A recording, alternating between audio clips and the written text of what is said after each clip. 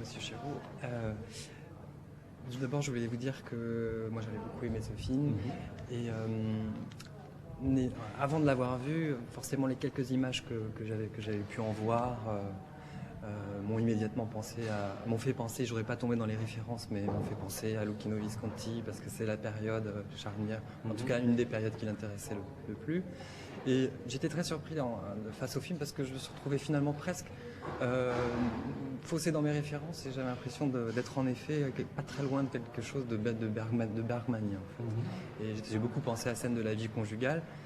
Et j'avais une question à vous poser parce que j'ai trouvé que la particularité du film, c'est-à-dire surtout l'immédiateté du retour d'Isabelle Huppert, enfin du personnage de Gabriel, faisait que en fait ça donnait un aspect complètement inédit à finalement ce qu'avait pu démontrer Bergman, parce que là finalement l'immédiateté génère une ambiguïté de tous les personnages. C'est-à-dire aussi bien Gabriel qui revient, mais très vite, donc on ne sait pas vraiment pourquoi ni comment, et de la même manière, on est un peu en perplexe aussi face à l'ambiguïté que dégage le personnage de Jean. Est-ce que cet aspect de l'immédiateté du retour, vous l'aviez vu ou c'était pas du tout ce qui vous avait... Non, je pense que si, je l'ai vu bien sûr, parce que, si vous voulez, quand on raconte l'histoire, cet homme qui a tout, qui a une femme, qui a de l'argent, qui a un journal, où tout marche, et qui brusquement revient chez lui et trouve cette lettre, et cette lettre dit « je pars définitivement avec un autre homme, je quitte la maison », ce film-là, on l'a déjà vu, plein de fois. Ce qu'on n'a pas vu, c'est que quand brusquement il y a quelqu'un qui revient, et 5 minutes après, il y a quelqu'un qui sonne, il dit « je ne veux voir personne », et c'est elle qui revient. Voilà, à partir de là, c'est différent. C'est évidemment le plaisir que j'ai eu à la nouvelle de Conrad. Et c'est à tel point qu'en fait, quand on a écrit le scénario, j'ai découvert que ce qui était intéressant, c'était... Il pouvait comprendre la trahison, il était choqué, mais il pouvait comprendre la trahison, mais ce qu'il ne comprend pas, c'est pourquoi elle est revenue. Et il pose la question 3 fois, je crois. Et elle lui explique, jusqu'au moment où elle lui explique pourquoi elle est revenue, elle n'a pas eu assez de force pour aller au bout de l'histoire, et que finalement, cet homme demande trop d'elle, l'autre, l'amant, et qu'il y a une sorte de chose sur laquelle elle a fait une croix, et qu'elle vivra de nouveau dans cette maison en vivant même comme une mutilation, mais voilà. Mais donc tout est à l'envers en fait. Elle dit qu'elle part et finalement elle revient, et lui ne comprend qu'il n'y a pas eu d'amour et finalement en réclame. Je veux dire, et finalement s'écroule. Cet homme si sûr de lui s'écroule complètement. On assiste à la destruction d'une personne. Méthodiquement, je veux dire, et les mots le tuent. Et ce qui est dit le tue. Voilà, c'était ça qui était intéressant, à la fois chez Conrad, et surtout dans ce qu'on a essayé de faire dans le scénario, puisqu'à un moment donné, il a fallu quand même construire une histoire un tout petit peu différente pour construire vraiment 2 personnages. Par rapport au personnage de Gabriel, j'ai aussi pensé qu'il y avait un double aspect dans l'idée du courage. Une femme qui part à cette époque, qui décide de partir, c'est un véritable courage. Et une femme qui revient quelques instants après pour affronter finalement la colère, c'est aussi un véritable courage. Oui. Est-ce que cette dimension du courage de Gabriel était quelque chose qui vous importait beaucoup? Oui, je la sens comme courageuse, mais je ne sens pas que c'est lié à l'époque. C'est-à-dire qu'en fait, le film démarre comme un film d'époque, mais après, passé un certain moment, je pense qu'on oublie, et je pense que ce sont des problèmes éternels, si je puis dire, du couple, donc d'aujourd'hui, et qu'on voit d'ailleurs mieux que si le film se passait aujourd'hui. Et je pense que oui, et le courage existe aussi, même aujourd'hui. C'est toujours un acte grave et lourd, et difficile à faire, difficile à assumer, de partir. Et c'est encore un acte encore plus grave de revenir. Il y a aussi dans le personnage de Gabriel, comment dirais-je, en effet peut-être aussi cette idée de sacrifice, parce qu'elle revient et finalement qu'elle décide de vivre avec lui malgré l'idée qu'on imagine que son amour n'est pas vraiment là. Et en même temps, c'est vrai qu'elle est sans compassion. Donc il y a quelque chose de très cruel. Donc cette ambiguïté, ce manque de compassion, vous pensez que c'est quelque chose de très contemporain? Sûrement. Mais contemporain, je pense que ça a toujours existé. Je Je pense que tout est contemporain dans ce film, en fait, contrairement à ce que les gens quelque peu peuvent croire. Je crois qu'il est contemporain la non-compréhension entre eux, je veux dire le fait qu'ils ne se connaissent pas. Je pense que ça existe toujours. C'est pas plus contemporain qu'autre chose, mais je pense que ça existe toujours. Je pense qu'on peut vivre à côté d'une personne et ne pas la connaître du tout. Voilà. Et la cruauté, je sais pas. Je veux dire, à un moment donné, elle se défend. À un moment donné, ce qui est cruel, c'est qu'elle dit la vérité. Elle dit qu'il n'y a pas d'amour dans cette maison. Elle dit, si j'avais cru que vous m'aimiez, je ne serais jamais revenu. Donc c'est objectivement glaçant comme phrase. Mais en même temps, elle dit les choses. Et lui, il ne les dit pas. Il est empêtré dans justement le fait de ne pas dire. Alors qu'il en meurt d'envie. Je veux dire, meurt d'envie de savoir qui est l'amant. Il n'arrête pas de dire, je ne vous le demande pas. Vous ne me direz pas qui c'est, mais je ne vous le demande pas, alors qu'il en meurt d'envie. Quand justement elle dit cette phrase, si j'avais su que vous m'aimiez, je ne serais pas revenu, oui. C'est très moderne quand même. C'est quand même une femme libre qui parle là. C'est dans Conrad. Hein. C'est une phrase qui a été écrite donc en 1897, mais qui est ravageuse et qui est énigmatique en même temps.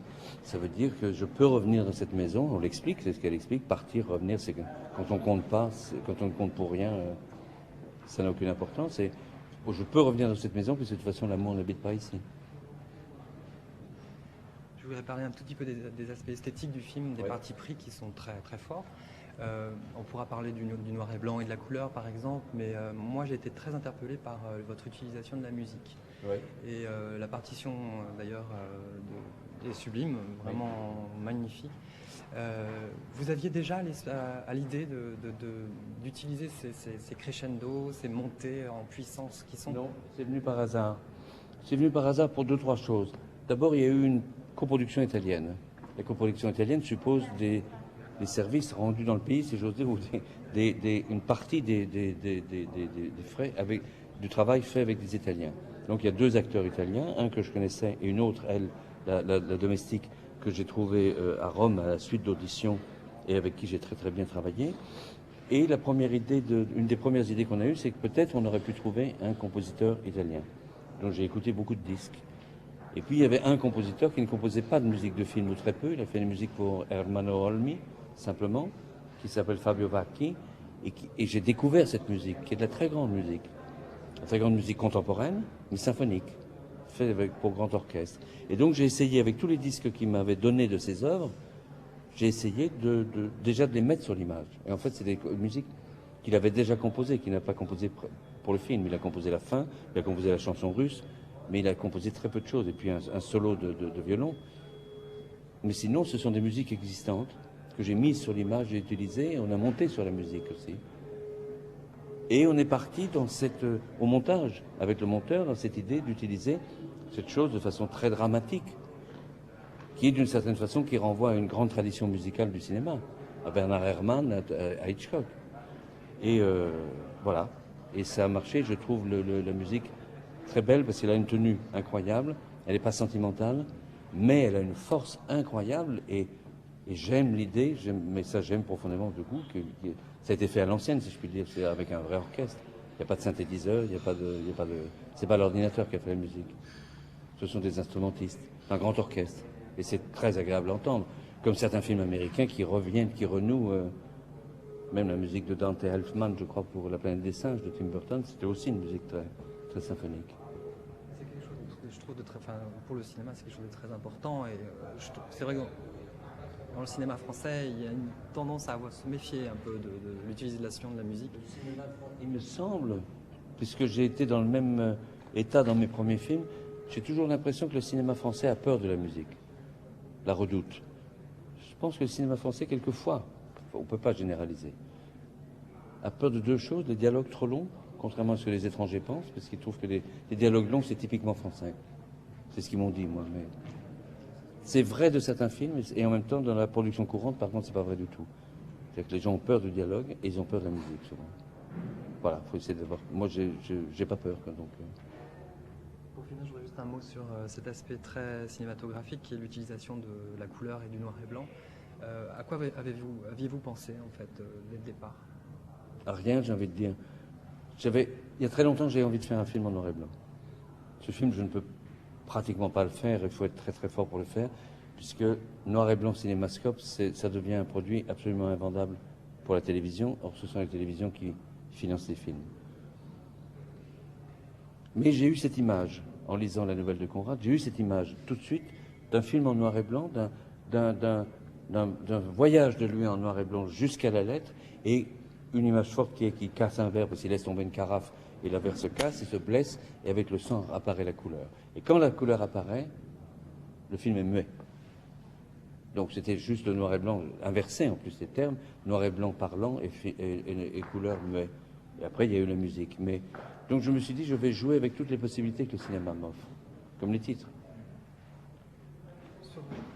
Sur les dialogues, enfin sur la langue plus particulièrement, je dirais, est-ce que l'époque dans laquelle est ancré le film vous a donné une certaine liberté pour revenir à une certaine forme de théâtralité? Non, j'y ai pas pensé. J'ai flirté avec le théâtre, mais parce que forcément un film d'époque qui se passe entre deux personnes dans un huis clos a quelque chose à voir avec le théâtre. Mais de la même façon qu'un film comme Festen, par exemple, qui d'ailleurs a été adapté au théâtre après, en France. J'y ai pas vraiment pensé. Il a fallu chercher une langue qui puisse être celle de cette époque-là, et en même temps qui puisse être une langue d'aujourd'hui, qui puisse véhiculer les choses d'aujourd'hui. Et je crois que c'était la force d'Anne-Louise Trévidic, c'est qu'à la fois elle a du style, elle peut faire semblant d'être d'époque, et en même temps elle ne l'est pas du tout. En fait, on fait semblant de faire un film historique. C'est pas du tout un film historique. Mais il y a un grand plaisir à voir des très beaux dîners avec des très beaux habits et des gens et des très beaux, et des domestiques partout. Il y a forcément une nostalgie d'une certaine façon. Les gens très riches de cette époque-là sont plus beaux à voir que les gens riches d'aujourd'hui. Voilà. Merci beaucoup.